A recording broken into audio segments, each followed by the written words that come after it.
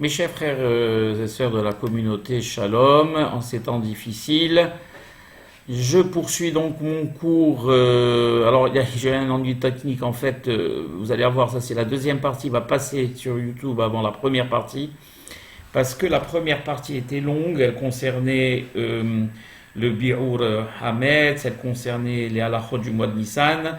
Et là, malheureusement, ça met un temps fou pour être téléchargé. Donc peut-être que vous aurez celle-ci parce que je l'ai fait via mon ordinateur, même si la qualité est moins bonne.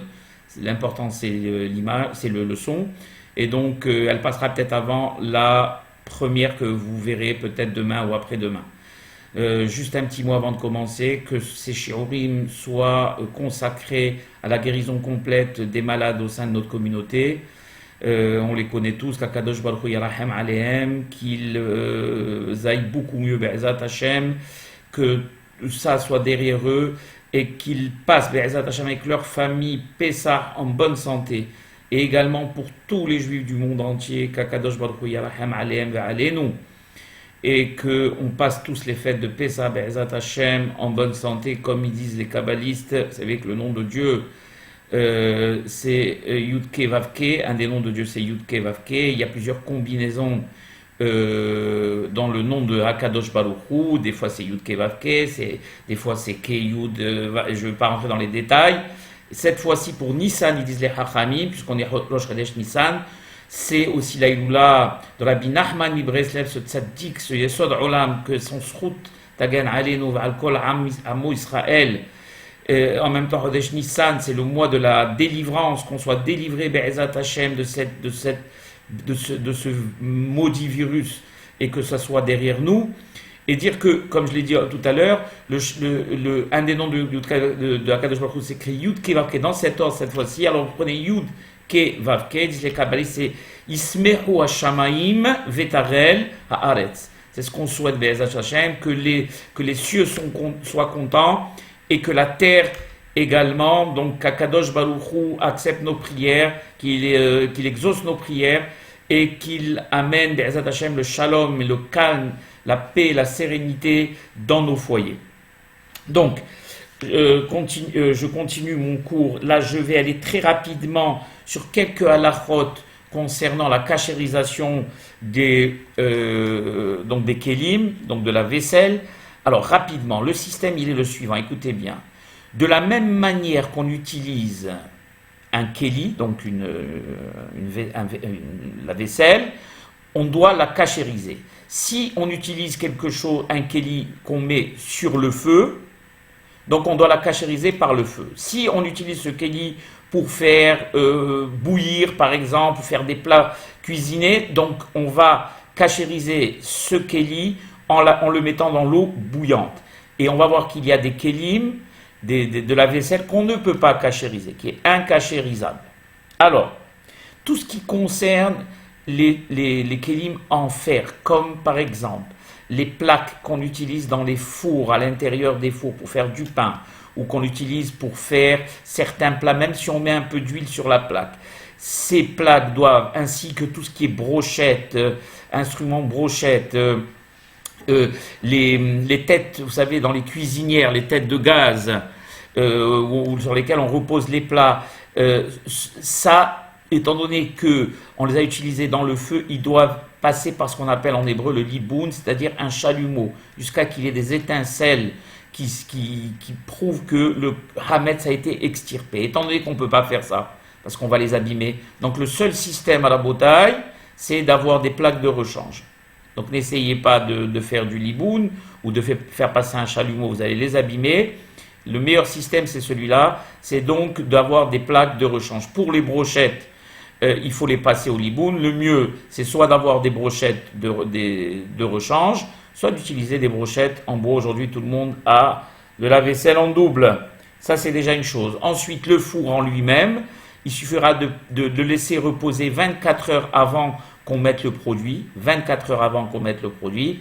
Passer le produit à l'intérieur du four, laisser reposer et passer après nettoyer et le four sera Be'ezat Hashem prêt et kashérisé pour Pessah. Qu'est-ce qu'il est dit ici? Si Messirim, tout ce qui est marmite, chez Mevashlim Bahem ala Esh, Shechim Hagala, toutes les marmites ont besoin pour être cachérisées de Hagala. C'est quoi la Hagala? Tout à l'heure on a parlé du liboun, c'est le chalumeau. Maintenant on parle de la Hagala, c'est quoi? C'est faire bouillir des marmites ou des choses qu'on veut cachériser dans une grande marmite immense où l'eau est portée à ébullition.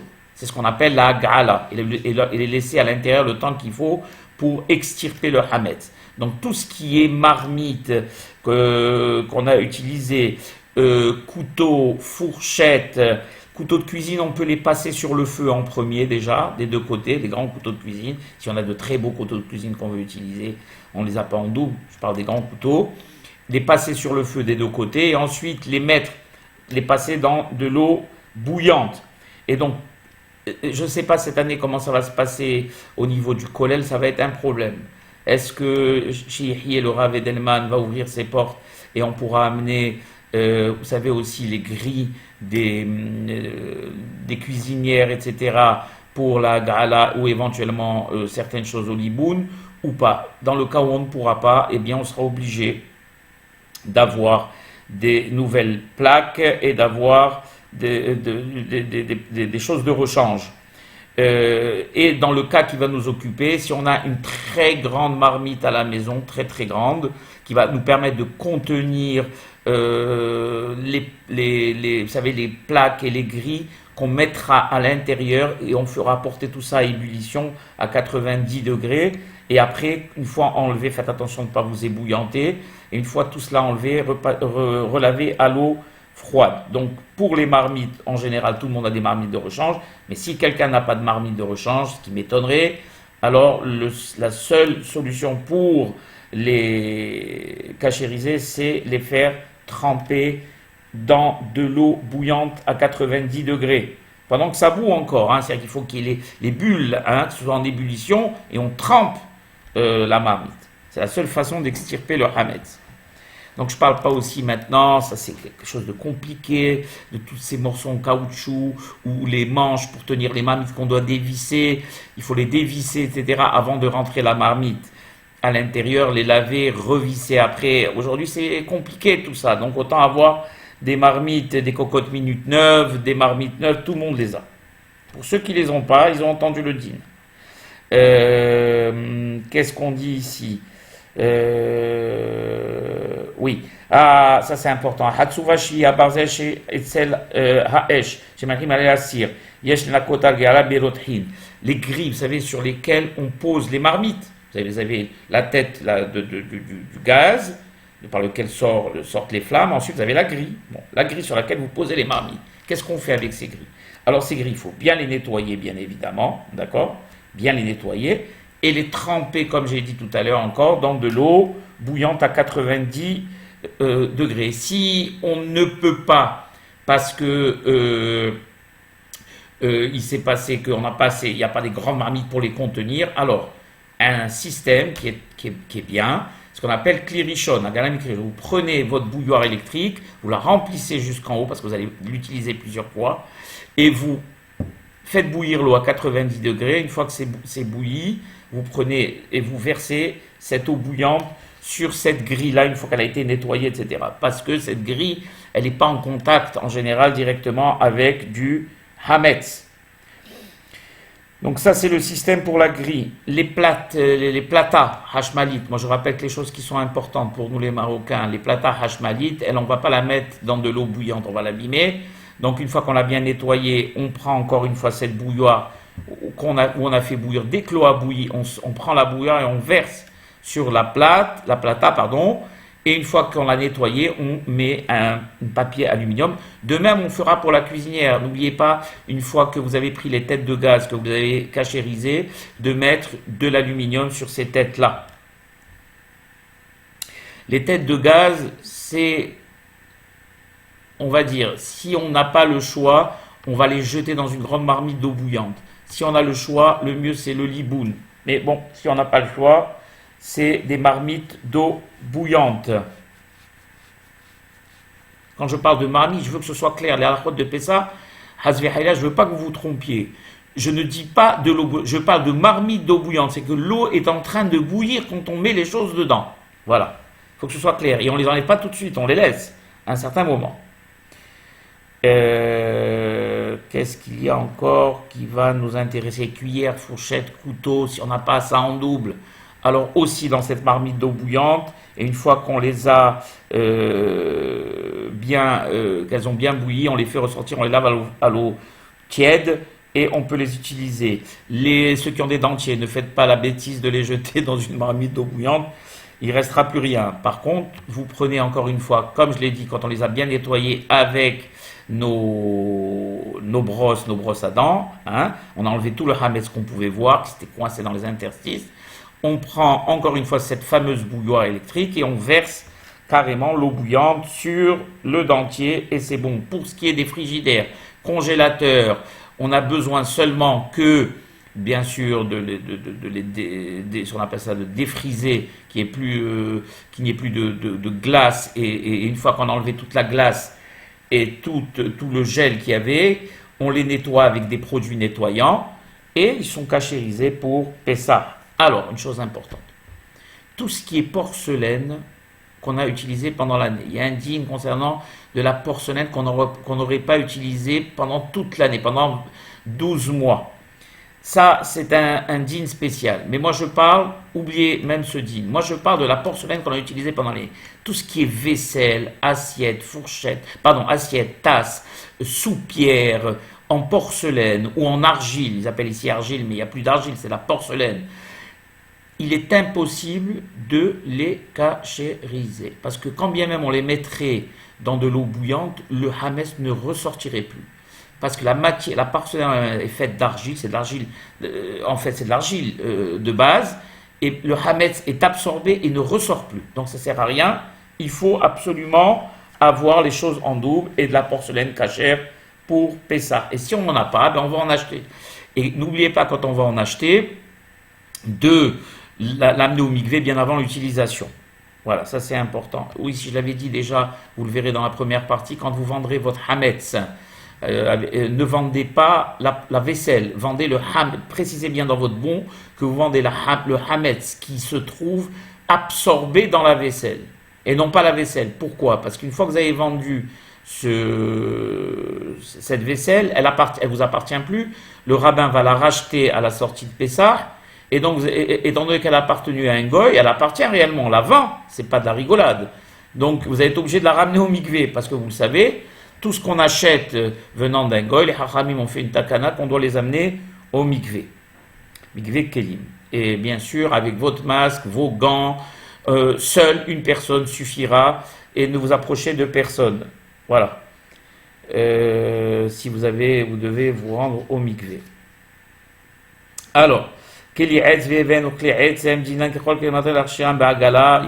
tout ce qui est cuillère en bois, tout ce qui est, je sais pas, ils appellent cuillère en os, ou peut-être ça doit être de l'ivoire, je suppose. Eux aussi, si on veut les utiliser, on les mettra dans les marmites d'eau bouillante, et ça suffira. Ou bien prendre ce qu'on appelle, encore une fois, cette fameuse bouilloire électrique dont on a fait bouillir, dès que ça a bouilli, tout de suite verser sur les cuillères. Alors, important, klesrouchim, tout ce qui est verre, je ne parle pas de porcelaine, rabotaille, je parle verre, et verre, comme on le sait, quand c'est du verre transparent. Attention qu'il n'y ait pas de doute, parce que des fois, on peut penser que c'est du verre et c'est de la porcelaine, donc il faut que ce soit quelque chose où on est sûr que c'est du verre. L'avantage du verre dans le domaine du hametz, c'est qu'il n'absorbe ni ne rejette du hametz. Donc, normalement, on ne devrait pas avoir les cachérisés à Pessah. Je parle des verres ordinaires, surtout quand on les utilise pour boire des choses froides, du coca, de la limonade, du vin, etc. Même si on a mis, même carrément, on a par exemple un bocal dans lequel on a mis de la bière pendant toute une année. D'accord? Les bouteilles de bière même, on peut les utiliser une fois qu'on a jeté la bière et comment on fait? On les lave avec du savon. Moi, je vous donne l'exemple. On ne va pas utiliser ces bouteilles, mais en général, tout ce qui est verre, hein, comme je l'entends, assiette en verre, faites attention, pas assiette en porcelaine, assiette en verre, verre en verre. Là, il suffira seulement de les laver avec de l'eau et du savon, et ça suffira. Les Ashkénazes, nos frères les Ashkénazes, eux, ils considèrent le verre comme de la porcelaine, et même certains Sfaradim, mais nous, ceux qui n'ont pas de verre en double, peuvent laver ces verres à l'eau et le savon et les utiliser à Pessah. Tout ce qui est Pyrex, Duralex, etc., qu'on met sur le feu, Moutarim, eux-mêmes, ces mêmes plats qu'on utilise pour faire, je sais pas, des gratins ou j'en sais rien, tout ce qu'on veut. Eux aussi, c'est tout ce qui est Duralex, Pyrex et tout, on les lave et tout, avec de l'eau et du savon, et ça suffira, parce que si vous les mettez dans de l'eau bouillante, dans une marmite d'eau bouillante, ça peut exploser. Ou bien, si vous voulez, carrément, vous pouvez, par souci, verser de l'eau à partir d'une bouilloire électrique. Voilà. Qu'est-ce qu'on dit ici?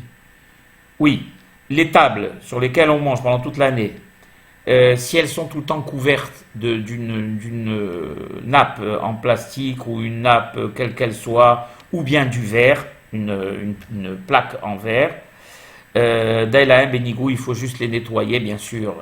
Quand il y a une plaque en verre, on enlève la plaque en verre, parce qu'il y a toujours du hametz dans les interstices de la plaque. Et après, il suffira de nettoyer bien comme il faut ces tables. Mais si on mange sur la table elle-même, alors qu'est-ce qu'on fait? On prendra encore cette fameuse bouilloire et qu'on versera sur la table, ce qu'on appelle le hirouille en hébreu. Prendre de l'eau bouillante d'un kli rishon, d'un premier keli. Il y a ce que vous appelez le kli, le premier keli. Et c'est quoi le principe? Vous avez kli rishon, kli sheni et kli même shlishi. Par exemple, une bouilloire, c'est ce qu'on appelle un kli rishon. La tasse dans laquelle je vais verser l'eau, c'est ce qu'on appelle kli sheni. Et si c'est de cette même tasse, je prends et je verse dans une autre tasse, on appelle ça kli shlishi. Donc, Kli Rishon, c'est le kli de source, donc c'est la vaisselle, la bouilloire de source. C'est à partir de là qu'on verse directement, parce que c'est là où l'eau est la plus bouillante. Parce que quand on la passe d'un keli à un autre, bien sûr, elle baisse de température. Et nous, il nous faut une température la plus élevée possible. Donc on a parlé des tables. Une nappe qu'on a utilisé, de belles nappes, on a de belles nappes qu'on peut utiliser pour Pessah, on ne va pas les mettre de côté, alors on les envoie au pressing et on peut les utiliser à Pessah. Oui, ça c'est important, pour ceux qui n'ont pas ça en double. Vous savez, les machines pour broyer la viande, pour faire les kefta, etc. Alors il lui faut la gala. Il faut d'abord la démonter, bien évidemment, parce que les mécanismes sont pleins. Pourquoi? Parce que des fois, on peut faire des boulettes. C'est les boulettes, on peut les mélanger avec du hametz. Il y en a beaucoup qui font, on a beaucoup dans de recettes où on met la viande hachée avec du hametz. Et donc, ça reste à l'intérieur des dents de ces machines, etc. Soit des machines mécaniques ou électriques. Électrique, on ne peut pas la mettre carrément, donc on va pouvoir enlever juste les parties qui peuvent être enlevées qu'on va mettre dans la gala, donc dans l'eau bouillante. Prendre toute cette machine, la démonter, la mettre dans de l'eau bouillante, dans la marmite d'eau bouillante, attendre un peu, de 4-5 minutes, l'enlever, la laver avec de l'eau froide et on peut l'utiliser. Qu'est-ce qu'il y avait d'important? Oui, les éviers. On m'a posé plusieurs fois la question, Jacob, les éviers. Alors il y a des éviers encore qui existent en porcelaine. Ça n'existe plus beaucoup. Maintenant, les éviers sont en aluminium. Là-dedans, on a toute l'année, il y avait du hametz, on a lavé la vaisselle, etc.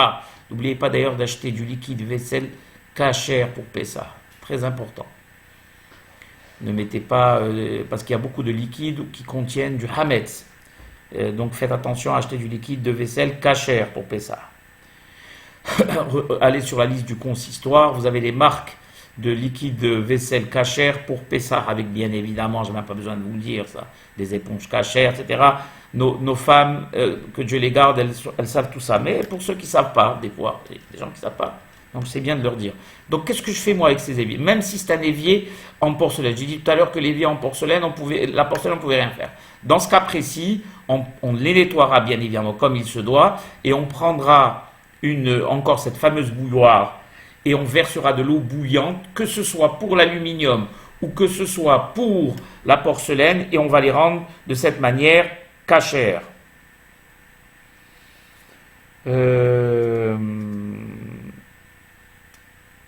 Bien évidemment, ça ne m'a pas besoin de vous le dire, qu'on ne fait pas la Graal, on ne met pas dans la marmite d'eau bouillante des ustensiles qui ont servi pour le lait et des ustensiles qui ont servi pour la viande. Parce que, alors là, c'est la cata.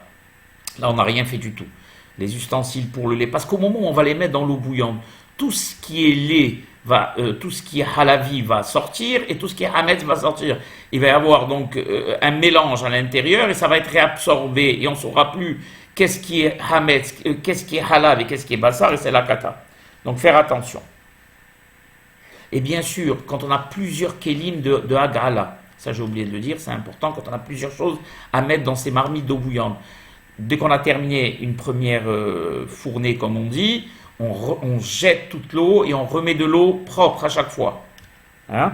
Pour pas que les kélim qui viennent par la suite absorbent le hametz qui est resté des kélim qui les ont précédés.